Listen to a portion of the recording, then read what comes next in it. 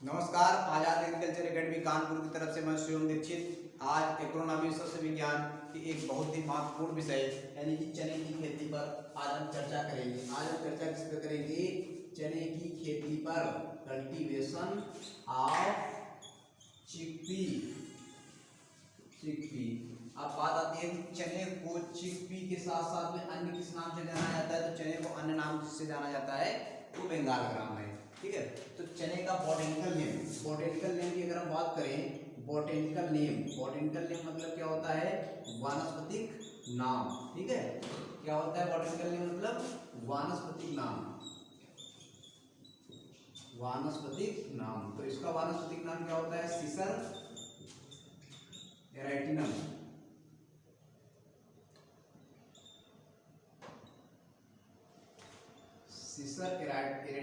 सीसर एरेटिनम होता है। अगर इसको हिंदी में लिखेंगे तो क्या लिखेंगे? सीसर एरेटिनम। ठीक है, तो ये हो गया तुम्हारा बॉटेनिकल नेम चने का बॉटेनिकल नेम क्या होगा? सीसर एरेटिनम। कुल फैमिली की अगर हम बात करें, इसकी बात करें फैमिली की, ठीक है, फैमिली मतलब कुल, तो कुल इसका क्या हो जाएगा?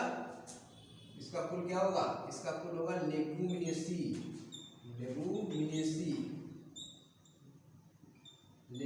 कुल का पौधा है। इसकी सब फैमिली जो है, किसकी बात करेंगे? सब फैमिली मतलब क्या होता है? उपकुल। सब फैमिली है ना, सब माने होता है उप और कुल यानी फैमिली। ठीक है, तो वो क्या होगा? पैपिलियोनेसी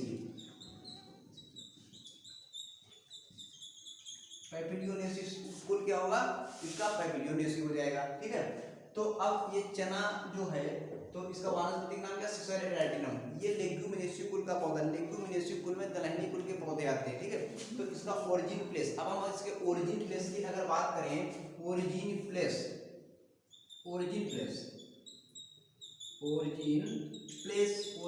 मतलब होता है उत्पत्ति स्थान। ठीक है, उत्पत्ति स्थान क्या होगा? तो उसका उत्पत्ति स्थान होगा दक्षिणी पश्चिमी एशिया। अब देखो ऑप्शन में दक्षिणी पश्चिमी एशिया तो गेहूं का भी होता है।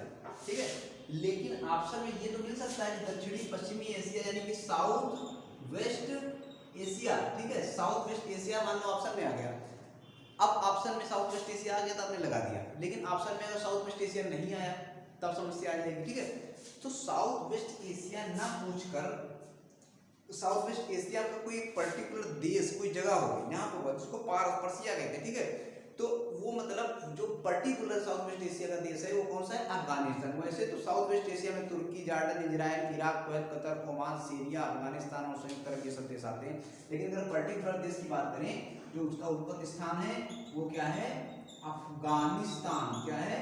अफगानिस्तान इसका उत्पत्ति स्थान माना जाता है। किसका? चने का उत्पत्ति स्थान क्या होगा? अफगानिस्तान। ठीक है, तो अब हम बात ये करेंगे कि चने का वर्गीकरण। ठीक है, क्योंकि देखो आप लोगों ने देखा होगा बेसिकली चना जो होता है वो दो प्रकार का होता है ना? दो प्रकार के कौन कौन से? देखो एग्रोनॉमी में कोई रॉकेट साइंस नहीं होती है ना कि हमको समझ में नहीं आ रही। एग्रोनॉमी जैसे दूसरे सब्जेक्ट हैं जैसे कि जेनेटिक्स है, प्लांट ब्रीडिंग है, बायोटेक है, तो ज़्यादातर उन चीज़ों को उनको पढ़ना पड़ता है जिन चीज़ों को हमने आमतौर पर नहीं देख रखा होता है। ठीक है, तो उसमें समस्या आती है। लेकिन एग्रोनॉमी जो है ये चना, गेहूँ, मटर ये सब जो है या फिर इरीगेशन है, सिंचाई है, मिट्टी, ये सब चीज़ें हमने देखी हुई होती है। तो एक बार कॉमन सेंस के आधार पर भी हम लोग इनको लिख सकते हैं, लेकिन अगर वैज्ञानिक ढंग से बात करें फिर भी उतनी ज़्यादा इसमें दिमाग लगाने की जरूरत नहीं जितना अदर सब्जेक्ट जैसे कि जेनेटिक्स वगैरह में पढ़ने में मेहनत होती है। ठीक है, तो अब इसमें दो तरीके का चना होता है। चने का वर्गीकरण है ना, क्लासिफिकेशन ऑफ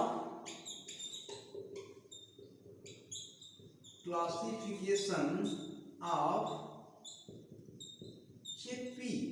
ठीक है, इसको अगर हम उसमें हिंदी में लिखेंगे तो क्या होगा? चने का वर्गीकरण है ना, चने का वर्गीकरण। तो चने के वर्गीकरण में दो तरीके का चना होता है। कौन सा चना होता है? एक होता है देसी चना। ठीक है, देसी या ब्राउन में भूरा चना। ठीक है, भूरा चना यानी कि ब्राउन चिकपी, चिक, ठीक है, भूरा चना। और दूसरा कौन सा होता है? दूसरा होता है काबुली,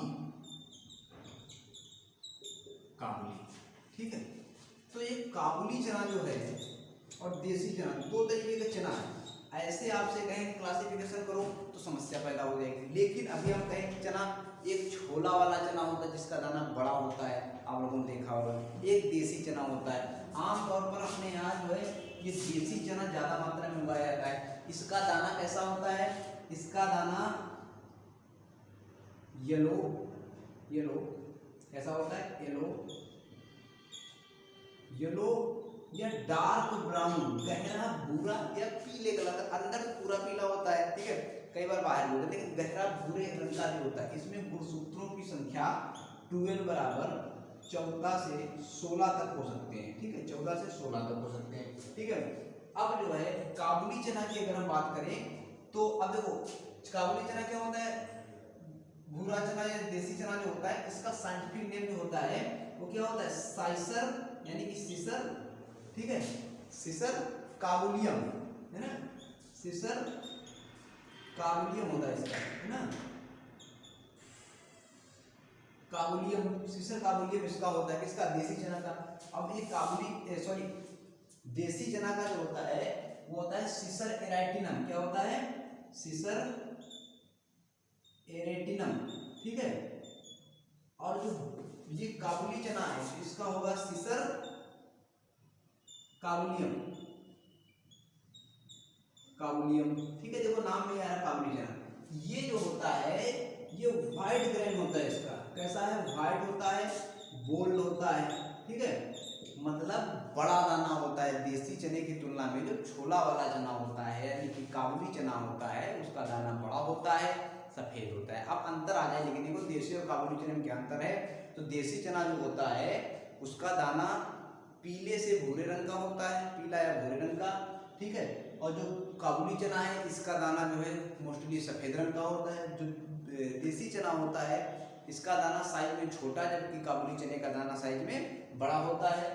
जो देसी चना होता है इसकी उपज काबुली चने की तुलना में अधिक होती है, क्योंकि इसमें ब्रांचेज ज़्यादा निकलती हैं, शाखाएं बहुत ज़्यादा निकलती हैं, जबकि काबुली चने की उपज कम होती है, इसीलिए काबुली चने को लोग उगाना कम प्रेफर करते हैं, ठीक है। तो ये देसी चना सीसर एराइटिनम और काबुली चना सीसर काबुलियम के बीच में अंतर हो गया, ठीक है। वर्गीकरण हो गया चने का। अब देखो चने का जो दाना होता है उसको हम लोग भांति भांति तरीके से उसका इस्तेमाल करते हैं, जैसे कि उसको भूंज के खाते हैं, उसका बेसन बनाते हैं, है ना, अलग अलग तरीके से। कुछ लोग सुबह यूज करते हैं, है ना, नाश्ते में। तो अब जो है उसके दाने में प्रोटीन कितनी होती है इसकी बात अगर हम करें, प्रोटीन, तो प्रोटीन इसमें कितनी होती है? 21%। चने के दाने में प्रोटीन की प्रतिशत मात्रा कितनी होती है? 21% प्रोटीन पाई जाती है चने में, ठीक है। अब हम चने की बुआई की ओर चलेंगे। चने की बुआई का उपयुक्त समय जो होता है, क्योंकि चना रबी क्रॉप, रबी सीजन की मुख्य फसल है ना। चना रबी में सीजन में जो फसलें होती हैं उनमें गेहूं के बाद मुख्य फसल है। मोस्टली अगर दलहनी फसल में बात करें तो सबसे प्रमुख फसल जो है कौन सी है? वो चना है, ठीक है। तो बुआई का समय यानी कि sowing time, sowing time, sowing time, sowing time को क्या कहेंगे? बुआई, बुआई का समय, ठीक है, सोइंग टाइम, बुआई का समय, ठीक है। तो बुआई का समय क्या होगा चने की? चने की बुआई का उपयुक्त समय जो होता है वो अक्टूबर का द्वितीय पखवाड़ा, क्या होता है?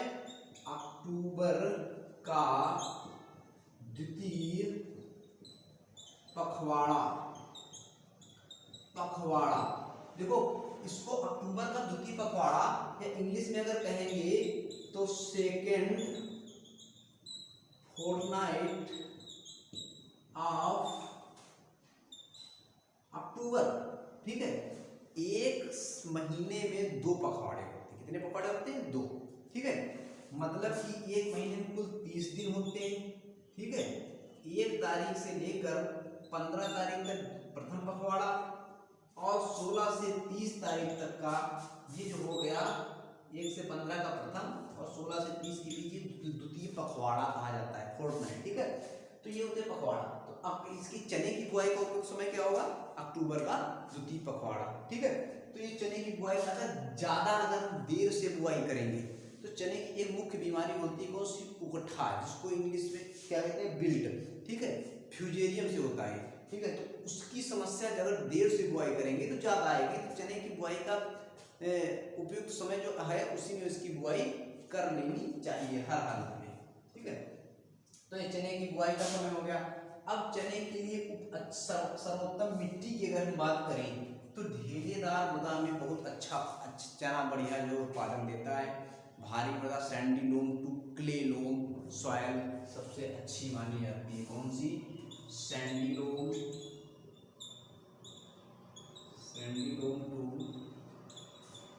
क्ले लोम सॉइल जो है वो इसके लिए सबसे अच्छी मानी जाती है। इसके लिए चने की खेती के लिए, ठीक है।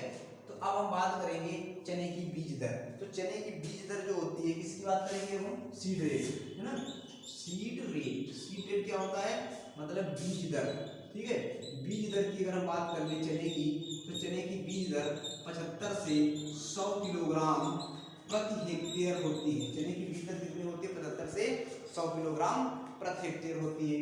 और इसकी जो है बुआई लगभग 30 गुणे 10 सेंटीमीटर के बीच करते हैं। मतलब पंख से पंख के बीच की दूरी 30 सेंटीमीटर, जबकि पौधे से पौधे के बीच की दूरी 10 सेंटीमीटर रखते हैं। अब व्हाट डू मीन बाय पंख से पंख के बीच की दूरी? यानी कि row to row distance and plant to plant distance. तो मान लो ये आपका खेत है, ठीक है। इस खेत में ये पौधे लगे, ये चने के पौधे लगे हैं। तो अब इसमें क्या है कि ये एक पंक्ति ये है, तो इन पंक्तियों के बीच की जो दूरी है, ठीक है, तो रो इनटू रो यानी पंक्ति से पंक्ति के बीच की दूरी ये 30 सेंटीमीटर रहेगी, जबकि ये पौधे हैं और इनके बीच की दूरी जो है वो 10 सेंटीमीटर रहेगी। लेकिन जो एग्रीकल्चर की भाषा में जब लिखते हैं तो हम लिखते हैं 30 गुणे 10 इस तरीके से सेंटीमीटर, जिसमें अंडरस्टूड होता है कि ये पंक्ति से पंक्ति के बीच की दूरी रो इनटू रो, और जबकि ये पौधे से पौधे की प्लांट टू प्लांट पौधे से पौधे के बीच की दूरी है, ठीक है। अब हम बात करेंगे चने में खाद एवं उर्वरक की, ठीक है। खाद एवं उर्वरक यानी कि मैन्योर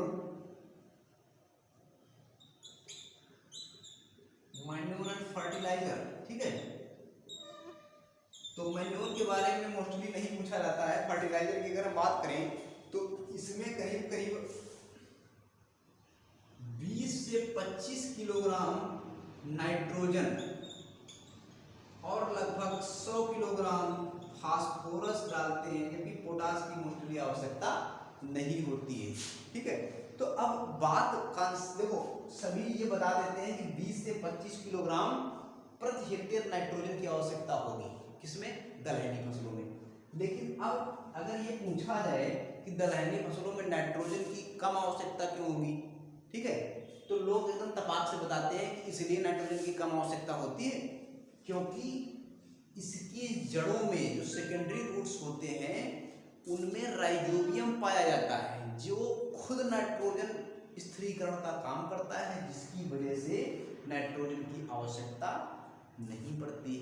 तो अब अगर ये पूछा जाए कि भाई नाइट्रोजन की आवश्यकता हम मान लिया नहीं पड़ेगी, तो अगर पौधा फिक्स कर रहा है, फिक्सेशन कर रहा है नाइट्रोजन, तो 20 से 25 किलोग्राम क्यों दे रहे हैं? फिर बात सोचने वाली है कि 20 से 25 किलोग्राम नाइट्रोजन दे रहे हैं, ठीक है। ये बता देते हैं कि पौधा नाइट्रोजन खुद फिक्सेशन करता है, तो अगर खुद फिक्सेशन कर रहा है तो अब ये क्यों दे रहे हैं? ये भी ना दे नाइट्रोजन, है ना। तो इस चीज का क्या आंसर है? सोचने वाली बात है, ठीक है। अब देखो हम बता रहे हैं ये क्यों नाइट्रोजन देते हैं। इसलिए ये देते हैं क्योंकि मान लो कोई प्लांट है, ठीक है, कोई ये पौधा है, इसकी जो रूट्स होंगे, ठीक है, तो ये इसकी जो गांठें होंगी जब ये विकसित होंगी तभी तो नाइट्रोजन फिक्सेशन का काम करेगा। लगभग 28 से 30 डे आफ्टर जर्मिनेशन, अंकुरण के 28 से 30 दिन बाद दलहनी फसलों की जड़ें नाइट्रोजन स्थिरीकरण का काम शुरू करती हैं, ठीक है, 28 से 30 दिन बाद। अब जब ये प्रश्न पूछ लिया जाता है पेपर में, ठीक है, तो ये जो कोचिंग वाले हैं आजकल, जो खुद एग्रीकल्चर नहीं पढ़े और एग्रीकल्चर की कोचिंग खोल रखे हैं, है ना, ये लोग क्या करते हैं कि झंडा ऊंचा करेंगे कि हमारे इस बार पेपर क्या हुआ, आउट आ गया। अरे आउट कैसे आ गया? आप ये बता रखे हैं कि नाइट्रोजन, जड़ें नाइट्रोजन फिक्सेशन करती हैं, लेकिन आपने ये कहाँ बताया कि कितने दिन तक नहीं करती हैं? वही क्वेश्चन पूछ लिया था, आपको लगा आउट है। पेपर आउट नहीं होता है, बस लेवल बढ़ा दिया जाता है उसका, है ना। पेपर कभी आउट नहीं आता है, क्योंकि अगर आउट आ रहा पेपर तो जो बच्चे सेलेक्ट हो रहे हैं वो कैसे सेलेक्ट हो रहे हैं? कोई ऐसा तो नहीं सीट खाली चली गई, बच्चे सेलेक्ट हुए ना। तो 28 से 30 दिन, है ना, तो ये इतने दिन बाद जड़ें विकसित हो जाती हैं, तब नाइट्रोजन स्थिरीकरण का काम करती है। लेकिन अब जब चना हमने बो दिया, तो चना बोने के बाद कुछ दिन बाद क्या होगा, ये जर्मिनेट करेगा, है ना। तो अब जब अंकुरण होगा, तो अंकुरण होते ही इसको पोषक तत्व की आवश्यकता होगी। तब से लेकर अंकुरण से लेकर तो ये जो तब तक की नाइट्रोजन की आवश्यकता होती है, मतलब कि जब पौधा अंकुरित होगा उससे लेकर 28 से 30 दिन, जब तक नाइट्रोजन बनाना शुरू नहीं करेंगी जड़ें, तब तक की जो नाइट्रोजन की आवश्यकता होती है, उसके लिए हम 20 से 25 किलोग्राम प्रति हेक्टेयर, कई किताबों में 18 से 20 भी दिया है, ठीक है। तो नाइट्रोजन 20 से 25 किलोग्राम प्रति हेक्टेयर की दर से उसमें अप्लाई करेंगे, ठीक है। तो ये चीज समझ में, तो ये हो गया तुम्हारा खाद एवं उर्वरक, ठीक है, मैन्योर एंड फर्टिलाइजर। अब जो है इसमें मोस्टली 1 से 2 सिंचाई पर्याप्त होती है, ज़्यादा सिंचाई की आवश्यकता नहीं होती है। उन्नतशील किस्मों की अगर हम बात करें, तो उन्नतशील किस्में जो चने के लिए होती हैं, उनमें कुछ किस्में हैं, जैसे कि एक है अवरोधी,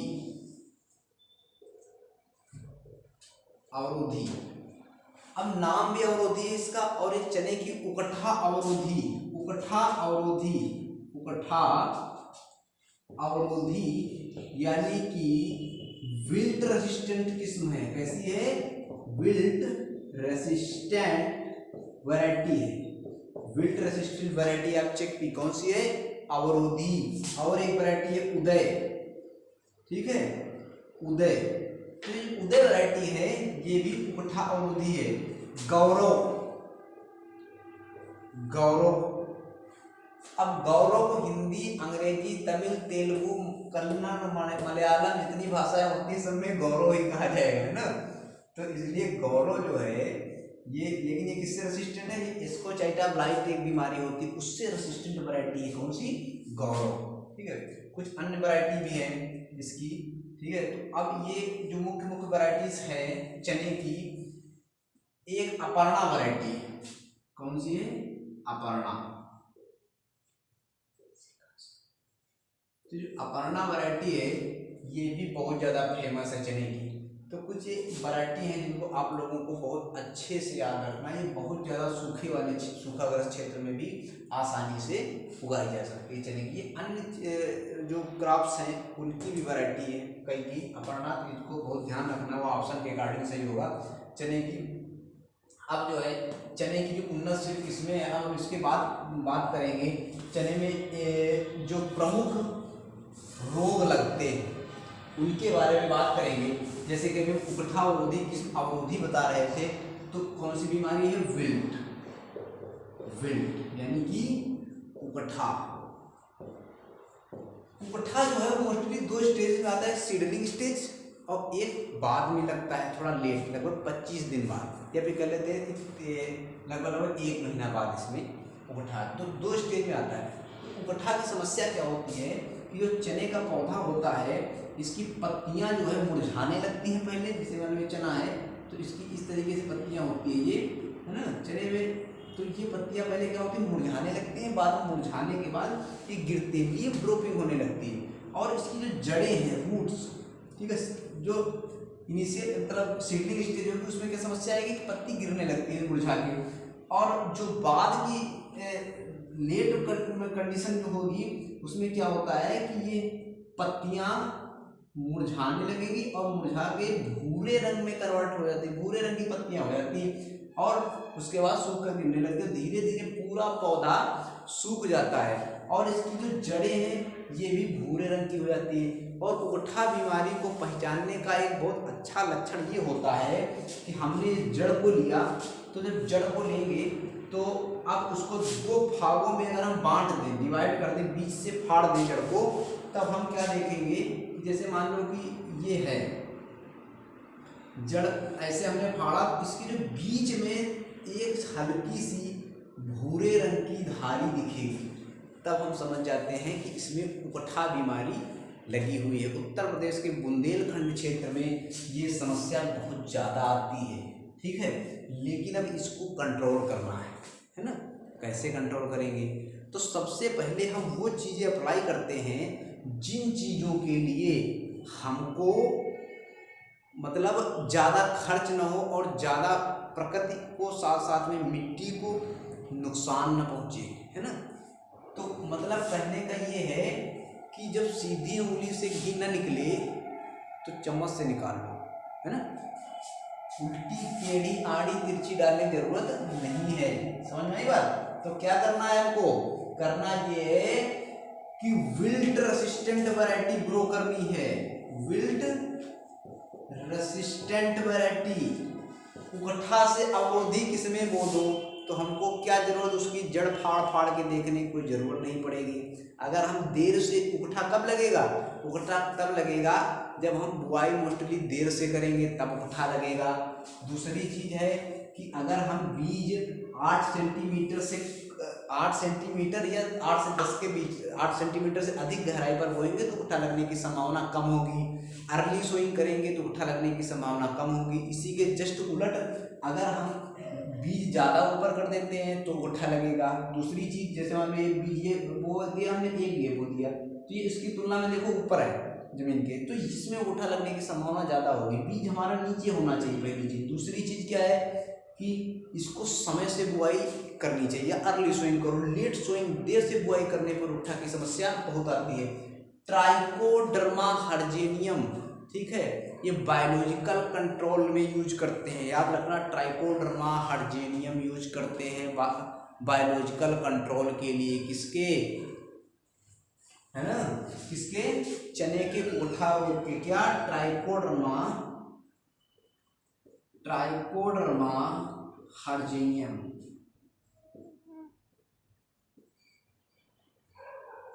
हर्जेनियम है ना।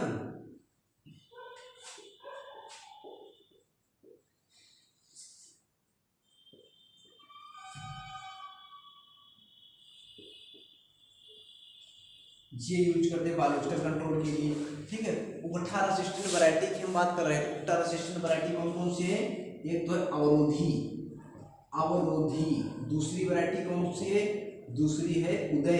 ये उकठा अवरोधी किस्म है, ठीक है। तो ये करते हैं क्रियाएं क्या कि हम जल्दी सोइंग, लेट सोइंग नहीं करें। लेट सोइंग न करने के साथ साथ में क्या करें, बीज को गहराई से बोएं, ठीक है, और उकठा अवरोधी किस्में उगाएं। और साथ साथ में अगर इसकी समस्या है तो बायोलॉजिकल कंट्रोल यूज करते हैं। एटलीस्ट जब ये सब चीज़ें काम ना करें, है ना, जब चम्मच से भी घी ना निकले, तब डब्बा आग में रख दो, है ना। लेकिन डब्बा प्लास्टिक का ना हो, है ना। तो कहने मतलब क्या है कि डब्बा आग में रखने मतलब ये है एटलीस्ट हमको केमिकल यूज करना है। तो चने में अभी बायोलॉजिकल बता रहे थे, तो ट्राइकोडर्मा हर्जेनियम से बीज को उपचारित करके बोना चाहिए। अगर उससे भी समस्या आ रही है तो 2 ग्राम कार्बेंडाजिम, ठीक है, प्रति किलोग्राम बीज की दर से, ना, पर केजी ऑफ सीड, है ना, प्रति किलोग्राम बीज की दर से उपचारित करके बोना चाहिए। बीज दर कितनी होती बताए थे? 75 से 100 किलोग्राम। तो प्रति किलोग्राम पर 2 ग्राम दवा डाल के उपचारित करके तब बीज को बोना चाहिए, जिससे उकठा से हमको राहत मिल जाती है। एक अन्य बीमारी है एस्कोचाइटा से रेसिस्टेंट वैरायटी है इसकी, गौरव, ठीक है। अब हम बात कर लें चने के मुख्य कीट की। तो चने का जो मुख्य कीट होता है वो ग्राम पॉड बोरर होता है। क्या होता है? ग्राम पॉड बोरर मतलब चने का फली छेदक कीट, इसका वैज्ञानिक नाम होता है हेलिकोवर्पा आर्मीजेरा, है ना। क्या होता है? Helicoverpa armigera. ये एंटोमोलॉजी का सबसे मोस्ट पॉपुलर कीट है, मोस्ट पॉपुलर इंसेक्ट जो है हेलिकोवर्पा आर्मीजेरा, है ना। ये सभी एग्रीकल्चर स्टूडेंट को इसका नाम पता होगा, ground pot borer Helicoverpa armigera, ठीक है। तो अब ये क्या होता है कि इसके पहले तो ये जो है पत्ती खाता है, इसके जो लार्वा होते हैं पहले ये पत्ती खाते हैं, उसके बाद में ये फली में छेद कर देते हैं, है ना।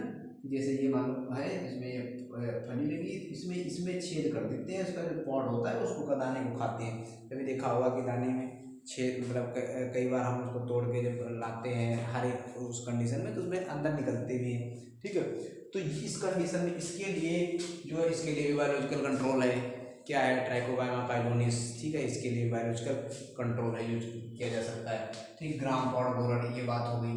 अब हम बात करेंगे चने के पौधे में कि इसकी पत्तियां खट्टी क्यों होती हैं, ठीक है। चने की पत्तियां खट्टी इसलिए होती हैं क्योंकि इनमें माइलिक एसिड पाया जाता है। कौन सा एसिड पाया जाता है? माइलिक एसिड, माइलिक एसिड, है ना, माइलिक अम्ल पाया जाता है, ठीक है। एक और अम्ल पाया जाता है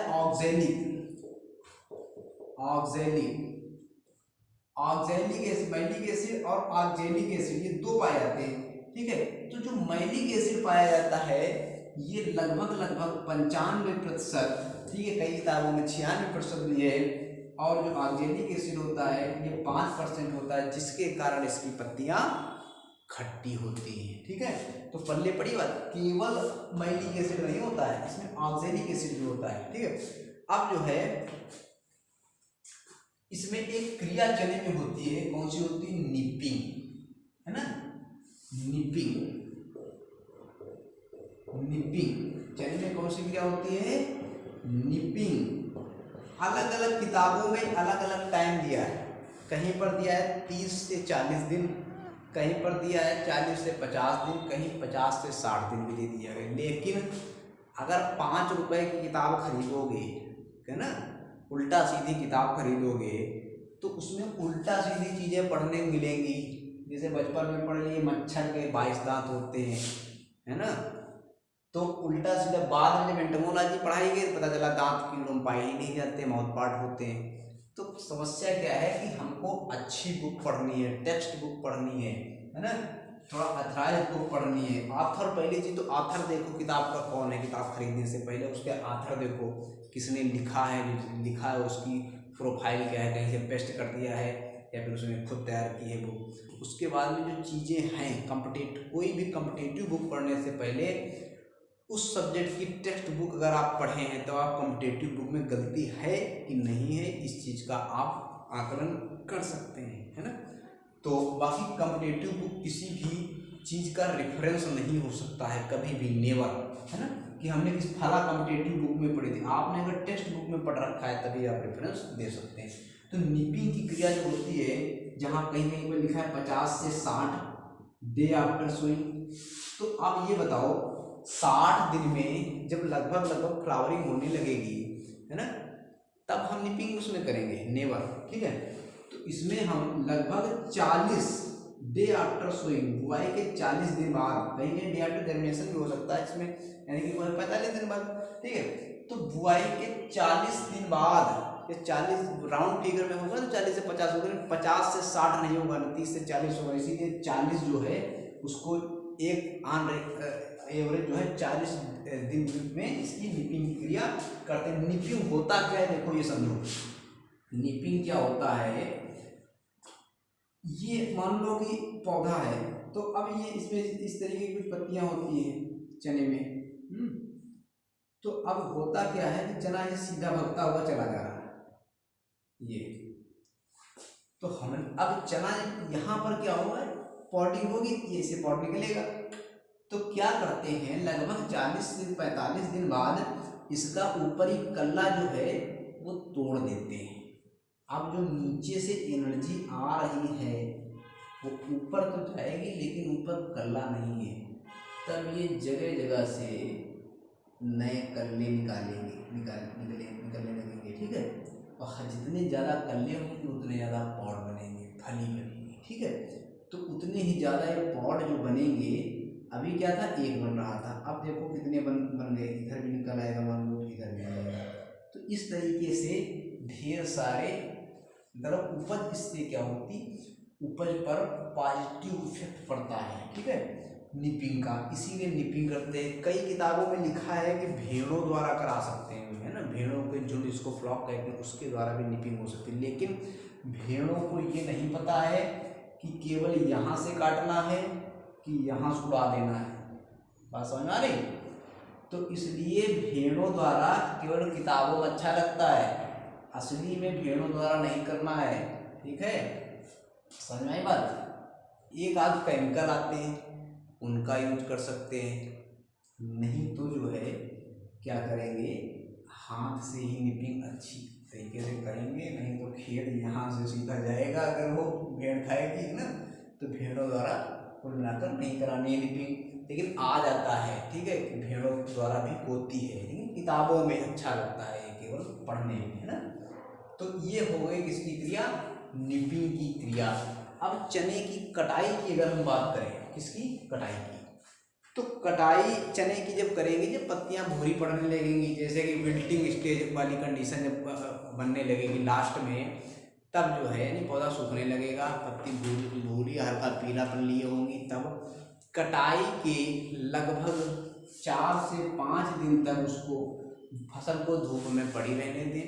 उसके बाद उसकी मड़ाई करें, यानी कि दाना निकाल लें। ठीक है, तो जब दाना निकाल लेंगे तब लगभग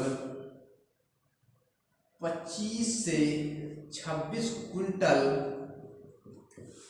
प्रति हेक्टेयर उपज प्राप्त होती है। कितनी उपज प्राप्त होगी, 25 से 26 क्विंटल प्रति हेक्टेयर चने की उपज प्राप्त होती है। चना जो है इसमें आयरन, कैल्शियम, ये सब चीज़ें बहुत मात्रा में पाई जाती है। इस कर्मी रोग में ये बहुत ज़्यादा फायदा करता है चना।